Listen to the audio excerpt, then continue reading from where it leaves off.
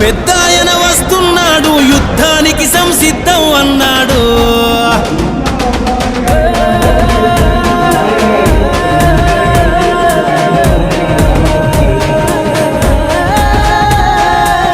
పెద్దాయన వస్తున్నాడు, యుద్ధానికి సంసిద్ధం అన్నాడు. మన పొద్దు పడుపై మన ప్రొద్దుటు రెడ్ల పార్టీ లేదంటే వైసీపీ అంటారు, కమ్మ పార్టీ లేదంటే తెలుగుదేశం అంటారు, బలిజల పార్టీ లేదంటే జనసేన అంటారు. మదమెక్కిన ఏమనుకున్నా ఇప్పుడు ఉండే కొన్ని పార్టీలు మదమెక్కిన ఏమనుకున్నా మనం కులస్తుని అసెంబ్లీ గేట్ కూడా పాల్గొనమని మాట్లాడుతున్నారు. మనమందరము నిజాములను పోలేకపోయినా కడప జిల్లాలో 7 నియోజకవర్గాలలో కూటమి తరపున ఓటు వేసేటప్పుడు ఫ్యాన్ పట్టుకుంటే మనకి రేపు దెబ్బతింటాయి. అది ఆగిపోవాలంటే స్విచ్ అవ్వాలా. ఆ స్విచ్ అందరూ పెంచాలని ఈ కులం తరపున నేను మంచైనా చెడు చేయనా ఈ ఆలోచన కరెక్ట్ అయితే మీరందరూ 4 కాంట్రాక్ట్ లో మెంబర్లు తీసుకొని మన జిల్లాలో ప్రతి ఒక్క బంధు మిత్రుల నుంచి ఇది ధర్మమైతే తెలియజేసి మీ కులస్తులకు అందరూ అండగా ఉండాలని నా మాట కూడా వినియోగిస్తారని మనస్ఫూర్తిగా కోరుకుంటున్నాను. నేను ఇప్పటి వరకు 4 సార్లు ఓటేశాను. 2004, 2009, 2014, 2014 వేసిన ప్రతిసారి ఓటు వేయడం, చదువుకున్నాక ఇంజనీరింగ్ గడపకి వెళ్ళడం, తర్వాత ఉద్యోగ రీత్యా హైదరాబాద్ వెళ్ళడం, ఓటు వేసిన తర్వాత దానికి ప్రతిఫలం జరిగిందా లేదా అనే ఆలోచన కూడా లేదు ఎప్పుడైనా. కానీ సాఫ్ట్వేర్ ఉద్యోగ పుణ్యమాని 2019 తర్వాత వర్క్ ఫ్రం హోమ్ రావడం వల్ల 2019 నుంచి మా గ్రామమైన తాళమాపురం గ్రామం అది 5,000 మంది ఉన్న జనాభా 2,500 ఓట్లు ఉన్నాయి. 1000కి పైచిలకు ఇండ్లు ఉన్నాయి. అటువంటి గ్రామం నాకు తెలిసి కడప జిల్లాలోనే ఇంకా ఆర్ట్ యాక్ట్ ప్రకారం మేము ముఖ్యం తెలియదు, కడప జిల్లాలోనే పెద్దైన గ్రామం మా తాళమాపురం గ్రామం. ఆ గ్రామంలో 2019 నుంచి ఎటువంటి అభివృద్ధి నోచుకోలేదు. మా ఊరిలో ఎకరం 1 కోటి పైన పోతారు. అయితే మా ఊర్లో ఒప్పుడు మా ఊర్లో ఎకరం 1 కోటి పైనే, కానీ మా ఊర్లో ఒప్పుడు మా ఊర్లో ఢిల్లీ నుంచి గల్లీ వరకు అంత సన్న వాళ్ళున్నాయి. కానీ మా ఊరికి సరైన రోడ్డు మార్గం ఉంది. ఈ రోడ్డు మార్గంలో నీరుకు దీనికి ప్రాబ్లం ఖచ్చితంగా మన ఎమ్మెల్యే. అదేవిధంగా మా ఊరికి రోడ్డు సమస్య చాలా తీవ్రంగా ఉంది. రోడ్డు 10 ఏళ్ళు అప్పుడు వేసిన కష్టాలు ఉన్నప్పుడు వేసిన రోడ్డే తర్వాత మరమ్మతులు జరుగుతున్నాయి, కానీ దానికి ఎప్పుడు మళ్ళా రోడ్డు జరగలేదు. అందుకోసమేకన్నా మనం ఖచ్చితంగా మన కష్టాలనే కల్పించుకోవాలి. ఎన్డీఏ కూటమిలో భాగంగా ఖచ్చితంగా కష్టాలనే కల్పించాలి. అలాగే మా జనసేన పవన్ కళ్యాణ్ ప్రశ్నించే హక్కు ఒక వేదిక ఎంచుకుంటే అది ఒక ప్రతిపక్ష వేదిక అయితే ఇది ప్రతిపక్ష వేదికే. మేము ప్రశ్నిస్తున్నాం, అభివృద్ధి చేయలేదు కాబట్టి 2018 నుంచి మా తాళమాపురం గ్రామం ఎటువంటి అభివృద్ధి నోచుకోలేదు కాబట్టి మా గ్రామ ప్రజలందరూ ఏకగ్రీవంగా ఈ పెద్ద ఎన్డీఏ కూటమిలో భాగంగా ప్రచారించుకోవడం జరిగింది. దయచేసి ఓటేసి మీరు గెలిపించాలని కోరుకుంటున్నా. జై హింద్. తెలుగుదేశం పార్టీ గెలిచడానికి సహకరించితే తప్పకుండా మీకు ప్రాతినిధ్యం భవిష్యత్తులో చంద్రబాబు నాయుడు గారు కానీ రాష్ట్రంలో తగిన ప్రాతినిధ్యం తెలియజేసుకుంటూ ఈ సహాయ సహకారం అర్పిస్తూ ఈ సమావేశం ఏర్పాటు చేసేందుకు మరొకసారి ప్రతి కులంలో ఏ మహిళ బయటికి రావట్లేదు. ప్రతి కులంలో ప్రతి ఒక్క మహిళ ముస్లింస్ కూడా ఈరోజు చాలా మంది బయటకు వచ్చి ధైర్యంగా మాట్లాడుతున్నారు. కానీ మన బడ్జెట్ సంఘంలో మన బడ్జెట్ లేడీస్ ఎవరు కూడా బయటికి రావట్లేదు. నేను అఖిలభారత కాకుండా స్టేట్ వైస్ ప్రెసిడెంట్ గా చేశాను. ఇప్పుడు కడప పార్లమెంట్ పీకి ప్రధాన కార్యదర్శిగా చేస్తున్నాను. ప్రతి ఒక్క మహిళలకు నేను చెప్పుకునేది ఒకటే, మహిళలు బయటికి రండి, వంటగదికే పరిమితం కాకండి. తర్వాత అందరికీ తెలియజేస్తున్నాను, మన లేడీస్ ని బయటికి పంపించండి. ఈ ప్రోత్సాహం ఉంటే మన మహిళలు బయటకు వస్తారు. భర్తల ప్రోత్సాహంతో ఏ మహిళైనా బయటికి రావాలి, లేదా తల్లిదండ్రుల ప్రోత్సాహంతో మహిళ బయటికి రావాలి. ఈ పొద్దు రాజ్య సంఘంలో ఒక మహిళతో కానీ చూస్తున్నాను, స్టేట్ లెవెల్ కానీ మన జిల్లా లెవెల్ కానీ ఒక్క మహిళ కూడా బయటికి రావట్లేదు. ఎంతసేపు మండలికే పరిమితమో కుటుంబానికే పరిమితం అవుతున్నాను. నేను అదే విధంగా కోరుకునేది ఒకటే, మీకు మన పిల్లల్ని మనం ఎంకరేజ్ చేయాలి, మనం బయటికి రావాలి, మన దగ్గర సత్తా ఏదో చూపించాలి. ఒక్కసారి మన బడ్జెట్లు అసలు అందరికీ పేరు పేరుగా తెలియజేస్తున్నాను. మరి ఒకసారి వచ్చి బయటికి చూడండి, బయట ప్రపంచం ఎట్లా మన పిల్లలకు తెలియజేయండి. రాజకీయ పరంగా కానీ ప్రతి ఒక్కరికి మహిళ లేదు, ఎక్కడ ఏది లేదు. మీరు కూడా బయటికి రావాలని కోరుకుంటున్నాను. ఇంకా ఇక్కడ మన పెద్ద టికెట్ ఇచ్చారు పొద్దున్నూరు, ప్రతి ఒక్కరు మనం బయటం చేయి కలిపి పెద్ద పొద్దున్నూరు గెలిపించుకోవాలని కోరుకుంటున్నాను. జనసేన, బీజేపీ, తెలుగుదేశం పార్టీ కలిసి ఆంధ్రప్రదేశ్లో జగన్మోహన్ రెడ్డి దుర్మార్గపు పరిపాలనను ఎట్లయినా కూడా అంతమొందించాలనే ఒక మంచి ఉద్దేశంతో జనసేన, బీజేపీ, తెలుగుదేశం పార్టీ కలవడం జరిగింది. ఈ కలయికకు ప్రధాన సూత్రధారులు పవన్ కళ్యాణ్ గారు. ఎందుకంటే చెప్పినా మళ్ళా ఈ జగన్మోహన్ రెడ్డి దుర్మార్గ పరిపాలన రాష్ట్రం భరించే పరిస్థితులు లేదు. కాబట్టి దీన్ని ఎట్లయినా ఓడించాలని ఒక మంచి ఉద్దేశంతో ఆయన కొంత మీద ఈ పొత్తులో కలిసి ఎన్నికల్లో పోతున్నాం. ఈ ఎన్నికల్లో చాలా దుర్మార్గమైన పరిపాలన జరుగుతుంది. మరి జగన్మోహన్ రెడ్డి గారు వారి సొంత చెల్లెలే జగన్మోహన్ రెడ్డి ఓటు వేసి రాష్ట్రం అడవులకి పాలైపోతా ఉంది. కాబట్టి జగన్మోహన్ రెడ్డి గారి ఓటు వేయాలని సొంత చెల్లెని చెప్తాక ఆయన దుర్మార్గ పరిపాలన ఆలోచించాలి.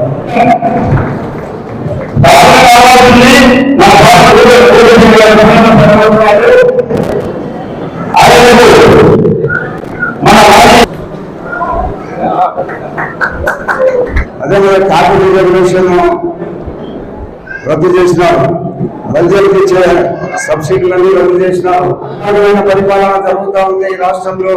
ఇతరులు మనం దూరం పెట్టిన తప్పక లేకపోతే కాదని ఒక మంచి ఆలోచనలో జగన్మోహన్ రెడ్డి దూరం చేసుకొని చంద్రబాబు పవన్ కళ్యాణ్ దగ్గరికి చేసుకోండి.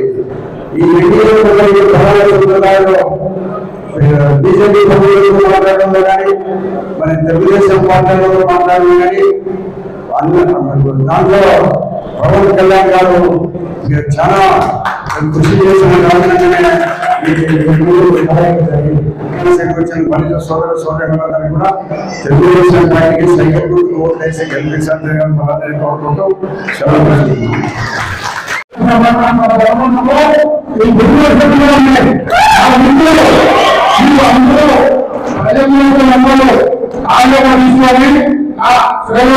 అత్యంత సన్నిహితులను నాకు మన ప్రాంతంలో జిల్లాలలో ప్రజలందరూ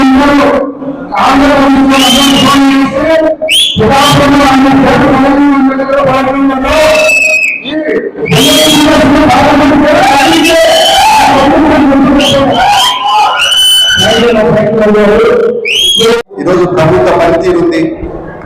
ఏ విధంగా జగన్మోహన్ రెడ్డి గారు 2019లో మనకు అలివిగాని హామీలు ప్రతి కులాల వారీగా విభజించి ఏ విధంగా మాటలు చెప్పి పని జరుపుకొని ఈరోజు మనకు ఈ ప్రభుత్వం తీరు చూస్తా ఉంటే చాలా బాధాకరంగా ఉంది. కాబట్టి ఆ రోజు చంద్రబాబు నాయుడు గారి పెద్దలు దాదాపు బడ్జెట్ కార్పొరేషన్ అని పెట్టి దాదాపు 10,000 కోట్లు ఇస్తానని చెప్పి మొదటి విడతల 1000 కోట్ల రూపాయలు కూడా ఇవ్వడం జరిగింది. దాని ద్వారా పంచ సోదరులకు అందరికీ ఆ కార్పొరేషన్ ద్వారా ఎవరైతే యువత ముందుకు వచ్చి వాళ్ళకి ఏదైనా అవసరం ఉంటే దాన్ని బట్టి వాళ్ళకి ఆ రోజు డబ్బులు కూడా శాంక్షన్ చేయడం కూడా జరిగింది పంచ కార్పొరేషన్ ద్వారా. కానీ ఈరోజు జగన్మోహన్ రెడ్డి గారు వచ్చిన తర్వాత పూర్తిగా ఆ ఫండ్స్ అన్నింటినీ డైవర్ట్ చేసి కార్పొరేషన్ అనేది ఊరికే నాకే వాకేగా చైర్మన్ అనే పని నుంచి వైస్ చైర్మన్ నుంచి కనీసం వాళ్ళకు రూపాయి డబ్బులు కూడా ఇవ్వకోకుండా వాళ్ళ సంఘం వాళ్ళకు వాళ్ళు సొంత కార్యకర్తలు కూడా ఉపయోగపడకోకుండా ఈ రోజు ఆ కార్పొరేషన్ ని నిర్వీర్యం చేయడం జరిగింది. కాబట్టి చంద్రబాబు నాయుడు గారు ఒకసారి నిజమైన నాయకుడు, మాట చెప్తే ఖచ్చితంగా చేసి చూపిస్తాడు. కానీ ఈరోజు జగన్మోహన్ రెడ్డి గారు నోటికి చేతికి చాలా వ్యత్యాసం ఉందని కూడా ఈ సందర్భంగా మీ అందరికీ తెలియజేస్తున్నాను. మనం ఏం చేస్తాము, ప్రజలకు ఏ విధంగా ఉపయోగపడతాము, మన జిల్లాకు ఏ విధంగా అభివృద్ధి చేస్తాము, మన నియోజకవర్గాలు ఏ విధంగా అభివృద్ధి చేస్తామని చెప్పాలి. కానీ వాళ్ళ వ్యక్తిగత విమర్శలకు నువ్వు ఈరోజు అక్యూజ్డ్గా ఉన్నావు, ముద్దాయిగా ఉన్నావు, నువ్వు నిలబడద్దని చెప్పి నువ్వు ఈ చీర కట్టుకున్నావు, నీకు ఫోన్లు వచ్చినాయి, వివేకానంద రెడ్డి బాగుంటున్నా వివేకానంద రెడ్డి గారిని ఈ విధంగా అర్థం చేసినారని వాళ్ళు వ్యక్తిగతంగా చేసుకుంటున్నారు తప్ప కడప జిల్లాకు ఏం చేస్తామని చెప్పుకోలేని పరిస్థితిలో అంత పెద్ద కుటుంబం ఉందంటే, కాబట్టి వాళ్ళ పని అయిపోయింది. ఈసారి మార్పు కావాలా, మన ఓటు కూడా నమ్మకం పైన ఓటు వేయాలి తప్ప అమ్మకానికి కాదని కూడా ఈ సందర్భంగా మీ అందరికీ పిలుపునిస్తున్నాను. అట్లనే నేను కడప పార్లమెంట్ అభ్యర్థిగా నిలబడి తక్కువ టైంలో మీ అందరికీ ప్రతి ఒక్కరిని వ్యక్తిగతంగా కలవలేకపోతున్నాను. మీరు వేరే విధంగా ఆలోచన చేయకండి. కానీ నేను మీ అందరికీ ఒక మాట చెప్తున్నా, ఖచ్చితంగా ప్రొద్దుటూరు నియోజకవర్గం అంటానే గుర్తుకొచ్చేది వ్యాపారం, సెకండ్ బాంబే అని కూడా పిలుస్తారు. ఈ వ్యాపారాలు కూడా ఖచ్చితంగా సవ్యంగా జరిగేటట్టు ఏదైనా సెంట్రల్ ఫండ్స్ తీసుకొచ్చి ప్రొద్దుటూరు కూడా ఎన్డీఏ కూటమిలో మనం భాగస్వామ్యం అయినాం కాబట్టి స్మార్ట్ సిటీ అనేది చేరితే ప్రొద్దుటూరు కూడా రేపు మున్సిపాలిటీలోకి ఎక్కువ ఫండ్స్ కూడా వస్తాయని కూడా ఈ సందర్భంగా తెలియజేస్తున్నా. ఖచ్చితంగా రేపు నేను మీ అందరు నన్ను గెలిపించి పార్లమెంట్ పంపిస్తే స్మార్ట్ సిటీగా ప్రొద్దుటూరుని కడప మున్సిపాలిటీని 2 గంటలు నేను స్మార్ట్ సిటీగా చేసి ఎక్కువ అభివృద్ధి చేసే విధంగా నేను మీకు తోడుగా ఉంటానని కూడా ఈ సందర్భంగా మరొకసారి తెలియజేస్తున్నాను. ప్రతి ఒక్కరు ఆలోచన చేయాల్సింది, జగన్మోహన్ రెడ్డి గారు ప్రజావేదిక కూర్చున్నారు 2019 ఆయన ముఖ్యమంత్రి అయితే 6 నెలలకే. ఆ రోజు నుంచి విధ్వంసం తప్ప మన ఆంధ్రప్రదేశ్ అభివృద్ధి పదంలో నడిపించడంలో ఆయన విఫలమైనారని కూడా ఈ సందర్భంగా మీ అందరికీ తెలియజేస్తున్నాను. కాబట్టి మీరందరూ ఆలోచన చేసి రేపు రానున్న రోజుల్లో ఖచ్చితంగా మంచి చెడు ఆలోచన చేసి ఓటేయాలని కూడా ఈ సందర్భంగా మీ అందరినీ పిలుపునిస్తున్నాను. అట్లనే ఈరోజు సూపర్ 6 అనే కార్యక్రమాన్ని తీసుకొని వచ్చినారు మన నాయకుడు చంద్రబాబు నాయుడు గారి మేనిఫెస్టోలో. 18 ఏళ్ళు కలిగిన ప్రతి మహిళకు 1500 రూపాయలు, ఉచితంగా 3 గ్యాస్ సిలిండర్లు, ఉచితంగా బస్సు ప్రయాణము, రైతు పాస్బుక్ ఉంటే 20,000 రూపాయలు. అట్లనే నిరుద్యోగ యువత ఉద్యోగం రాకోకుండా ఉద్యోగ అవకాశంగా కల్పించి డిగ్రీ పూర్తయి ఇంటికి దగ్గర ఉంటే వాళ్ళందరికీ 3,000 రూపాయలు నిరుద్యోగ వృత్తి ఇచ్చేటట్టు, ఒకవేళ చదువుకొని క్వాలిఫికేషన్ ప్రకారం వాళ్ళ విద్యా అర్హతను బట్టి 20 లక్షల ఉద్యోగాలు వచ్చే 5 ఏళ్లలో క్రియేట్ చేయాలని చెప్పి కూడా మన యువ నాయకుడు నారా లోకేష్ బాబు గారు కూడా యువగరంలో మాట చెప్పడం జరిగింది. దాంతో భాగంగా ఆయన మేనిఫెస్టోలో కూడా చేర్చడం జరిగింది. ఎంతమంది పిల్లలు చదువుకున్న పిల్లలు మన ఇంట్లో ఉంటే అంతమందికి 15,000 రూపాయలు డబ్బులు ఇచ్చే పరిస్థితి తీసుకోవచ్చు చంద్రబాబు నాయుడు గారు నిర్ణయం తీసుకున్నారు. ఈ రోజు గతంలో జగన్మోహన్ రెడ్డి గారు అలా సతీమణి జమలమడుగులోనే మాట చెప్పడం జరిగింది, 2 పిల్లలున్నా 3 పిల్లలున్నా అమ్మఒడి ఇస్తామని చెప్పి. కానీ ఒక్క పిల్లలకి కూడా 15,000 ఇస్తా అని చెప్పినారు. ఆ 15,000 14,000 అన్నారు, ఆ 14,000 13,000 అన్నారు. నెక్స్ట్ సంవత్సరం ఈ కరెంటు బిల్లులు పెరిగినాయి, 2 వీలర్ ఉంది, 4 వీలర్ ఉంది, ఇంటి కొలతలు పెరిగినాయి అని చెప్పి మళ్ళా అందరికీ కటింగ్ పెట్టేశారు. కాబట్టి చెప్పేది ఒకటి చేసేది ఒకటి, అధికారం కోసం ఎంత దూరమైన పోయి అధికారి హామీలు ఇచ్చే ప్రభుత్వం వైసీపీ ప్రభుత్వం. కానీ విజన్ నాయకుడు ఒక ఉద్యోగం క్రియేట్ చేయాలంటే సాఫ్ట్వేర్ సైబరాబాద్ రావాలా, ఈ విధంగా ముందుకు రావాలని చెప్పి చంద్రబాబు నాయుడు గారు విజన్ నాయకుడు టీఆర్ తీసుకొని వచ్చినాడు. తిరుపతిలో ఎలక్ట్రానిక్ హబ్ గా సెల్ ఫోన్ తయారు చేసే పరిశ్రమలను తీసుకొని వచ్చినాడు. ఈ విధంగా ఉద్యోగ అవకాశాలు కల్పించాలి తప్ప ఆ 5,000 వాలంటీర్ ఉద్యోగం అనేది ఈ కాలంలో ఎవరైనా తల్లిదండ్రులు ఒప్పుకోలేని పరిస్థితి. కాబట్టి మీరందరూ ఆలోచన చేయండి. రేపు రానున్న మే 13వ తేదీన మీ అమూల్యమైన ఓట్లు ఖచ్చితంగా పెద్దలు నంద్యాల వరదరాజరెడ్డి గారికి కడప పార్లమెంట్ అభ్యర్థిగా నేను నిలబడుతున్నాను. మీరందరూ మీ అమూల్య ఓట్లు వేయించి మమ్మల్ని ఆశీర్వదిస్తారని కూడా ఈ సందర్భంగా మీ అందరూ కోరుకుంటున్నాను. ఒకసారి చెప్తున్నాను, ఖచ్చితంగా నేను వస్తే కడప జిల్లా అభివృద్ధి, కడప జిల్లా సంక్షేమము, కడప హెడ్ క్వార్టర్స్ లో వారానికి 4 రోజులు ఉండి మీ సమస్యల పైన మీ సమస్యలు తీరేటట్టు నేను పోరాటాలని కడప పార్లమెంట్ అభ్యర్థిగా ఢిల్లీలో మీ గొంతుకై ఉంటానని చెప్పి కూడా మరోసారి తెలియజేస్తూ మీ అందరూ ఖచ్చితంగా ఆశీర్వదించాలని చెప్పి మే 13వ తేదీన మీరు కడప ఎంపీ అభ్యర్థిగా ఒకటి, ఎమ్మెల్యే అభ్యర్థిగా నంద్యాల వరదారెడ్డి గారికి ఓటు వేయించి మీరు ప్రధాన మెజారిటీతో గెలిపించాలని మరోసారి మనస్ఫూర్తిగా కోరుకుంటున్నాను. Thank you. రకరకాల ఇబ్బందులు జరుగుతూ ఉన్నాయి. ప్రభుత్వ పట్టణంలో స్వేచ్ఛగా మీ యొక్క వాహనాలను చేసుకోవచ్చు. ఎక్కడ 25 సంవత్సరాలు నేను ఎమ్మెల్యేగా ఉన్న కాలంలో ఎంత నిర్భయంగా నిరాటంగా మీరు వాహనం చేసుకుంటున్నారో అటువంటి పరిస్థితులు అభివృద్ధిస్తాం. నేను అభ్యర్థిత్వాన్ని ఖరారు చేసిన దాంట్లో అది అభిప్రాయం అయితే నాకు ఎమ్మెల్యేగా టికెట్ ఇవ్వడం జరిగింది కాబట్టి నీటిగా నిజాయితీగా ఎక్కడ కూడా 5 సంవత్సరాలు లేకుండా జీవించినాను కాబట్టి ఇప్పుడు నాకు టికెట్ ఇవ్వడం జరిగింది. మనం భవిష్యత్తులో ఇలాంటి పరిస్థితుల్లో భద్రపడాలని ఉంచగలుగుతాం.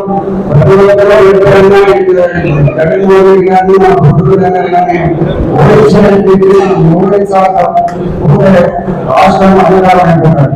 మన పిల్లల భవిష్యత్తు అధికారం అయిపోతారు. కాబట్టి అందరూ ఆలోచించి మంచి నిర్ణయం తీసుకొని సెక్రటరీ వేస్తూ ప్రభుత్వంలో మంచి విద్యార్థి పథకాలను మీకు అందులో ఎవరికి అప్పుడు చేయగలుగుతున్నాను.